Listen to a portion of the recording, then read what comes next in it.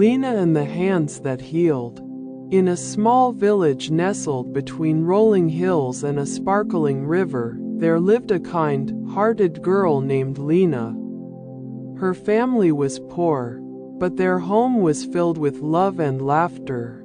Every morning, Lina would help her mother prepare breakfast, and every evening, she would listen to her father's stories by the fire. One day, as Lina was walking to the market to buy vegetables, she noticed an old woman sitting by the roadside. The woman looked tired and frail, her clothes tattered and her eyes filled with sorrow. Lina approached her gently and asked, "Are you all right, grandmother?" The old woman sighed and replied, "I am weary, child. I have no family, no home, and no one to care for me." Without a second thought, Lina took the woman's hand and said, "Come with me. You can stay with my family." The old woman smiled faintly, and together they walked back to Lina's home.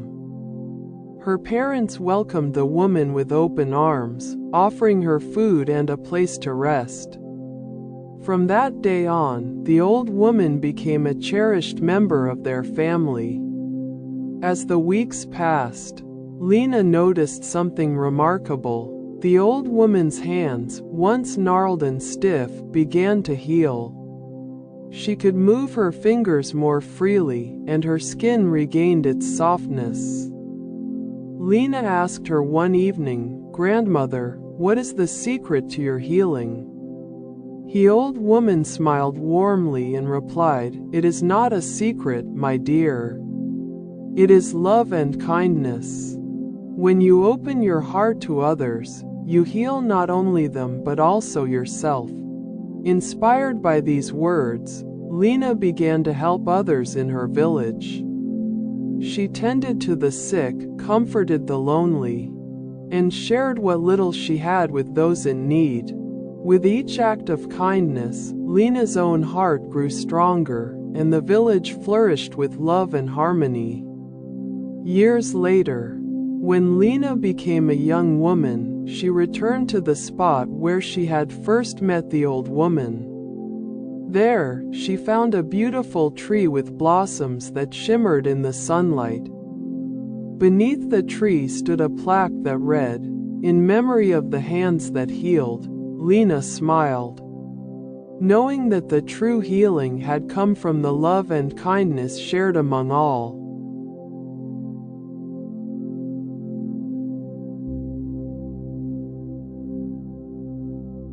The Little Olive Tree and the Carpenter's Son. In the village of Nazareth, not far from the dusty road that led to the hills of Galilee, a little olive tree sprouted from the soil. It was smaller than the others, just a twig with two bright leaves, but it stretched toward the sun with all its heart. The little tree was planted near a carpenter's home. Every morning, the tree listened to the sound of hammering and the rhythmic scraping of wood being smoothed by skilled hands. It listened, and it learned the rhythm of the village, quiet in the early morning, bustling by midday, and peaceful again by evening. But most of all, the tree watched the boy who lived in that house. His name was Jesus.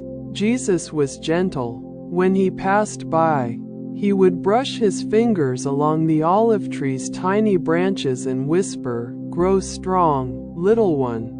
His voice was kind, like water to roots. As the years passed, the tree grew taller. And so did Jesus. The boy became a youth, and the youth became a man. And each day, he still greeted the little olive tree with kindness. One year, a great drought came upon the land. The ground cracked, and the grass turned brown. Many trees withered. The little olive tree's leaves drooped. Its roots searched for water but found none. It cried silently in the wind, afraid it would not last. But then, one morning, Jesus came with a clay jar. He poured water gently around the tree's roots and whispered, "Hold on, little one. You are not forgotten." From that moment, the olive tree held on. Slowly, its leaves perked up. The drought passed and rain returned. The tree survived because someone remembered. Years passed. Jesus no longer worked in the carpenter's shop. He traveled from town to town, speaking to crowds, healing the sick, feeding the hungry. Sometimes children ran beside him, laughing. Sometimes the crowd was silent, awed by his words. One day, a great crowd gathered near the hillside behind the olive grove. The little tree could hear the voices but not the words. That night the carpenter's house was quiet. Jesus was not there. More days passed. Then, one day, Roman soldiers came through the village.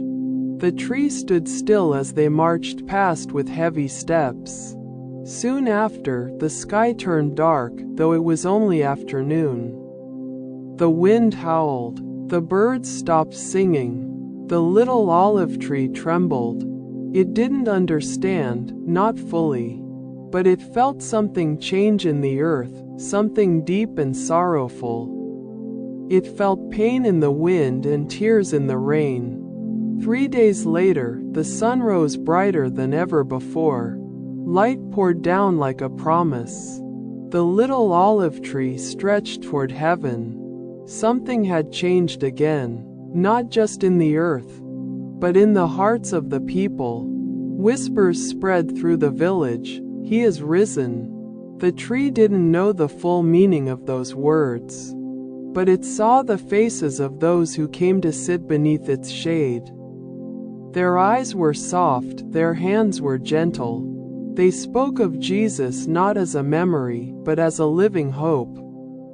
Children came and played under its branches. The poor rested in its shadow. Travelers stopped to pray beside it. And slowly, the little olive tree began to understand. It had grown alongside the Savior.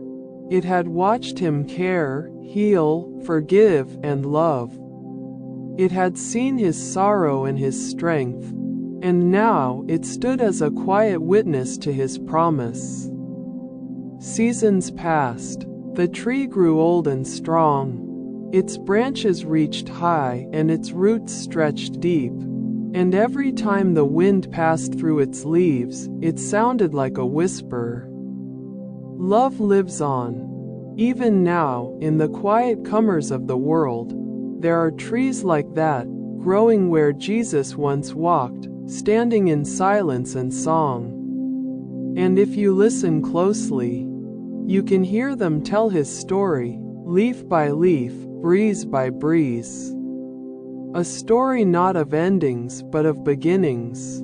A story of a carpenter's son, who taught the world to wait, to love, and to believe. A story that lives forever.